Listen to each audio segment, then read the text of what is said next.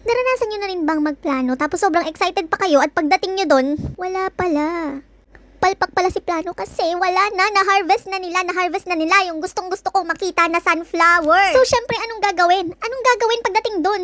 Alam nga naman maglumpasay ako, edi syempre ayan, ini-enjoy na lang. Ini-enjoy yung view kahit wala namang view. Si ate mo umikot-ikot pa nga at ini-enjoy na lang kahit sobrang disappointed na. Hala ka, paggayon pa nga naman, ay Diyos ko. So hello minasang konnichiwa, kami nga ay samahan nyo sa aming travel for today. Ako nga ay mangungulit na sa inyo palagi dahil na-invite na tayo ni TikTok para bayaran ang ating 1-minute video. Oh my God, syempre ano pang gagawin? Pasukin na natin lahat ng mapagkakakitaan. Ayan na nga, nagsama-sama mga nagplano na wala namang kwenta. I mean mga pinaasa. Ang saya-saya pa, pero alam nyo ba, matutulog lang naman yung mga yan, nag-lipstick pa, akala mo naman. Saya pa ng mga babaeng yan na hindi nila alam, pagdating pala doon ay wala, hindi mapapakinabangan ang pulang lipstick. Ang gusto nga pala naming mangyari ay pagdating doon ay sana naman ay sunset na. Kasi naman nga ay napakaganda tingnan ng sunflower kapag nag-sunset na. Para syempre, kuno, Instagrammable. O diba, akala mo naman talaga, planadong planado. Kaya naman itong aking driver ay nakaisip na dumaan muna kami sa isang water park na malapit lang dito sa amin. O diba, akala mo naman ay plakadong-plakado ang plano. Ang ate mo na may tuwang-tuwa at nagpa-video pa nga, pero ang taga-video naman ay tamad na tamad kasi gusto niya siya ang binibidyohan. Kinuha ko na nga lang ang camera sa kanya at alam ko naman na siya ay gusto din niya ng exposure. Diyan nga, tuwan-tuwa na ako at nakita ko maganda naman talaga yung ilog na napuntahan namin. Pero ate ko naman, ang outfit namin ay pang sunflower field, hindi naman pang ilog. O diba, at napakatahimik nga sa lugar na ito. Dumating na lang nga kami at nagulo ang lugar na ito. Kaso nga lang ay medyo malungkot kasi ang gusto nga namin ay magtampisaw sa tubig pag kami ay may nakikitang tubig. Hi! Hi, vlog! Yan, kaway-kaway kasi. Hi! Sorry pa ako. Hi, sino ka? Ako po si Joanne. Tete, taga saan ka? Tut, tut, tut, tut, tut. Ay, dinedma ako. Ang gusto ko sana ay magbudot siya para tumaas lalo ang views ko. Hindi nakaramdam si ate mo at na-amaze na nga siya dito sa ilog. At hindi ko nga akalain ay yung mga hapon pala ay napakahilig din nilang mag-ilog. Noon nga ay binabalak namin na magganyan magkamping-camping din. Kaso hindi naman kami magkakasabay-sabay ng day off kaya hindi natutuloy ang plano. Kaya nga itong nagkasabay-sabay na kami ng day off ay wala pa rin pala nangyari kasi palpak ang plano. At dito pala sa dulo ng ilog na ito ay may magandang parang waterfalls. So syempre ang mga ate mo parang nadidisappoint na naman kasi ang gusto na nga lang sana namin ay maligo.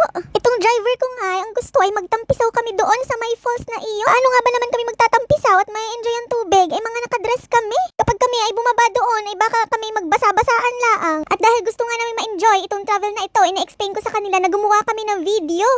Yun bang 1, 2, 3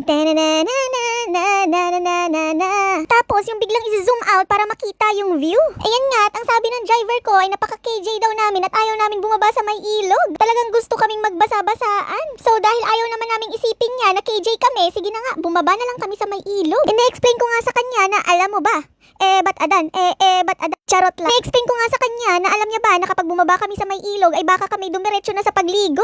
Pero ang sagot niya naman sa akin ay sige lang daw at maligo lang daw kami kung gusto naming maligo. Syempre nga, bago ang lahat ay mag-picture-picture muna. Ang akin nga palang driver ay driver na nga, photographer pa. All in one. O diba, at reklamo ng reklamo na baka daw mabasa ay hindi rin nakatiis, tumampisaw din sa tubig. Huwag nga lang ang madudulas at baka pag nadulas ay patay na. Hindi na nga nakarating ay nagkasugat pa. Ang sarap nga naman talagang magtampisaw sa tubig, lalong pat napakainit ng mga oras na yan. At ayan nga'y umikot-ikot pa. Pag ikay nadulas-dulas diyan ay ewan ko lang sa iyo.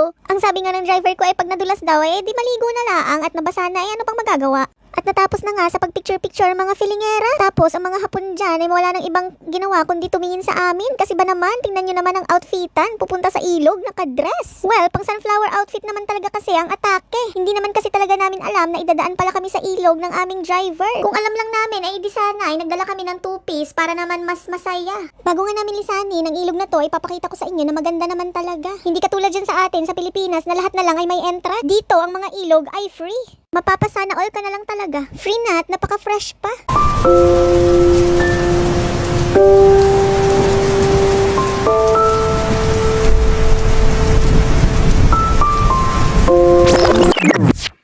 At ayun na nga, nga ay nilisan na namin ang ilog at kami ay nagpaplano na ngang kumain ng tanghalian. At syempre nga, yan na nga, at nagkakamali na at ang hirap palang mic voice over. Oh my God, hindi ko akalain. Syempre, kami nga ay nagugutom din. At ako nga ay na-amaze dito sa tanawin. Ito nga ang gustong-gusto ko sa road trip. Marami akong nakikitang magagandang tanawin. Pero busog ang mata, ang tiyan naman ay gutom. At bigla nga naming naisip dahil malapit lang din kami doon sa Ray Inasal at doon na lang kami kakain. Tinawagan pa nga namin si Boss Ray kung may available pa ba silang chicken kasi nga kami ay walk-in, hindi kami nagpa-reserve. At dahil nga kami ay suki na din kami ay pinagbigyan.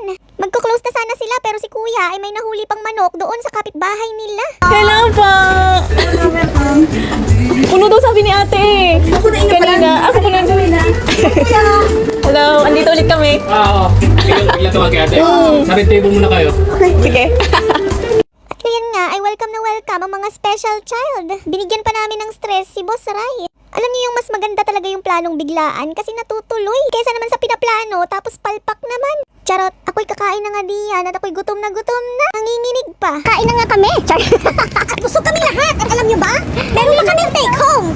May take home kami. At lumarga na nga ulit ang mga anak ng inay. At kami mga busog na. At ilang minuto lang nakalipas ay narating na namin ang Sunflower Park. At pagkarating na namin ay dito ko nakita na wala na palang sunflower. Nakakainis. Wala na pagtingin ko na nakita ko walang sunflower, kalbo. So, anong gagawin? Anong gagawin ng ate nyo? Anong gagawin kundi enjoy na lang kahit naiinis ako? Sayang ang lipstick. Sobrang late na pala kami mga ate ko. Late na kami pumunta dito sa Sunflower Park na ito. Sorry nga ng sorry ang driver ko kasi nga hindi din niya alam, hindi siya nag-research. Pero wala naman siyang kasalanan kasi nga hindi din naman namin alam. Yun pala, ang sunflower ay early July to early August. Kaya ang ginawa ng ate nyo ay nag-video-video na lang kahit ganyang walang sunflower. Ready pa naman ako mag-frolic. Excited na ako. Yung ine-enjoy ko na lang kahit deep inside inis na inis ako. So, ang planong sunset ay natuloy naman dahil nakarating nga kami dyan ay magsa-sunset na. Yun nga lang, walang sunflower. Kaya tiniis na lang namin na magpicture dyan sa may palayan. Sunflower field na naging rice field.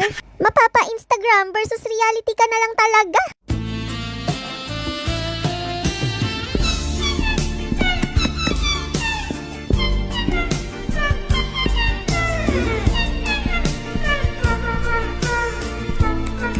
Kaysa nga ma-stress ay enjoy na lang natin ang mga bagay-bagay.